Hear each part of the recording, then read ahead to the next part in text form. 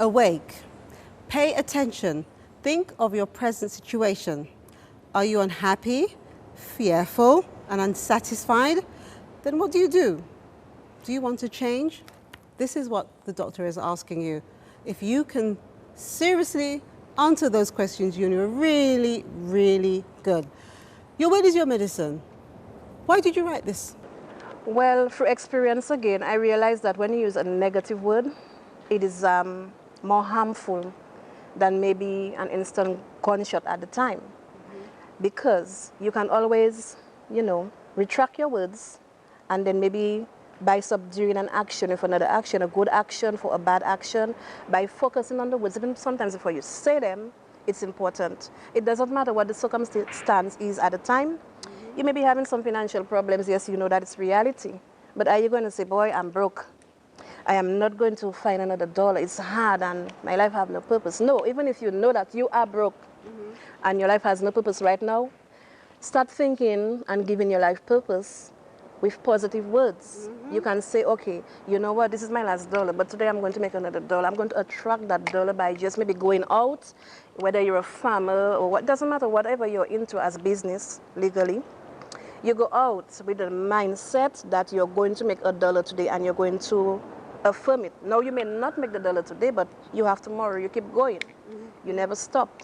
You know, when I see this, your word is your medicine, the first thing that comes to mind is, for me, is how people treat their relationships. They say something and they say they don't mean it. But I remember in growing up, people say, especially when you're upset, right, you'll say something. Right.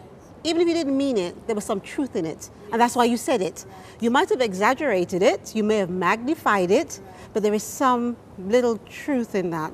So when I read this, I'm expecting to read something that is going to say to me, choose your words carefully, right, because once they're out, you cannot change that person's frame of mind as to what you meant. And you cannot, even if you say you will try to take it back or you try to show remorse, sometimes it's too late. You can't take it back. And not just in relationships, it could in like emotional relationships, but even business relationships, you know. And I also think when I look at this kind of book, I'm thinking to myself, I have got to be reliable. And when I'm reliable, people are going to respect me. Right.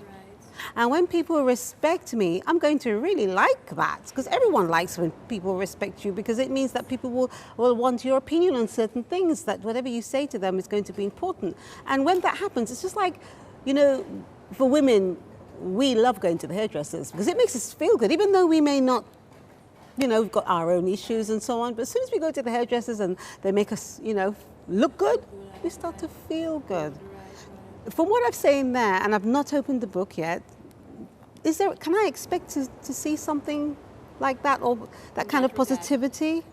Well, yes, you will get a lot of that, not only with the, positive words per se, but also in the arena of medicine, especially for cancer patients. It brings it back to one thing, your word.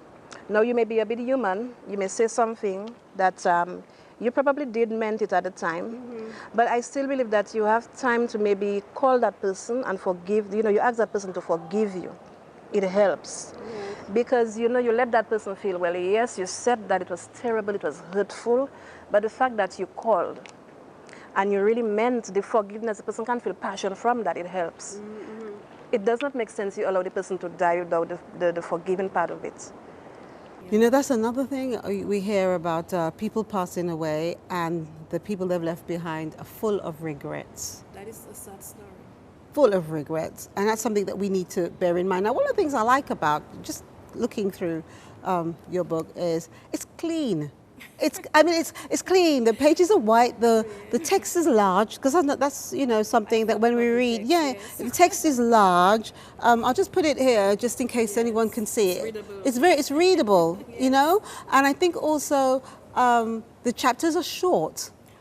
They're very short, and I saw one here that actually starts with a scenario, and that's always also very, very good, because you can put yourself in that person's experience when you look at the scenario. But the other thing as well that people need to know is that you've done this all on your own, not just written the own, all on my own. No company discovered me, no publisher discovered me. I discovered myself. And I decided I may not be like, you know, the bestsellers out there internationally, but I am a bestseller locally on the island as my initial stage, you know, into producing the book. And the company on the island, I mean, Campbell's, you know, business machine, they started with me from scratch. So when I become more popular into my work, I want to carry them as long as they're existing. Yeah. I want to continue with them. What do you have to go through to do? How long did this take to write, approximately? Well, it's the writing part of it was not challenging because the experiences were just there, you know, one after another. Just, you know, I had to compile all that information based on experiences, so it was very easy to put it together. But the challenge was the editing and the type, how you call that, layout. Yeah. I want to take that back on saying I did everything on my own. I want to extend courtesy to my daughter. She's my layout, Suellen Myers. My inspiration, I have two daughters.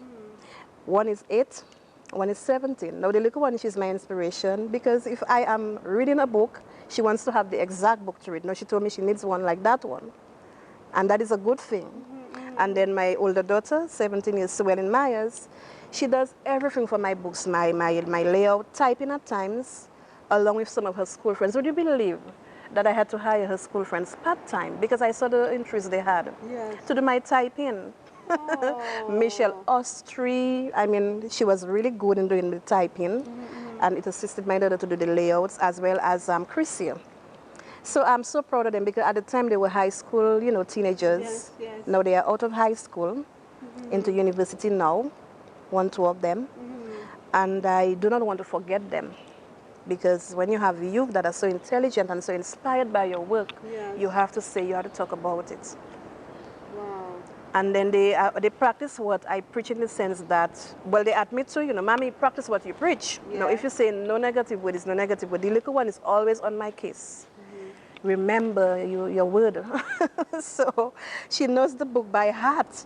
Because sometimes if I'm going through the book, I love reading my books. And that's the beauty of it. I want to know that when a client is interested, I do not want them coming to me to say, can I purchase your book and it's in their home like a white elephant? No. You come in, you do a seminar, you do a lecture. It could be one-on-one lecture, but I want to know that it's going to work for you. And you're not taking this book home to just put it there without reading it. You have to apply everything that is, you know, applicable. You have to apply things in order to get results. You take by action. And to ensure that, I know when you're in my office and we do the one-on-one, you're going to go through this book, and if you are unable to read, I will read it for you. And I do that as well. It's quite easy to read. As I said, you can see it quite clearly. Content is very, very sharp. So here's the book. It's called Your Word is Your Medicine. If you want to know more, here it is. We'll give you some more information about it at the end of the show.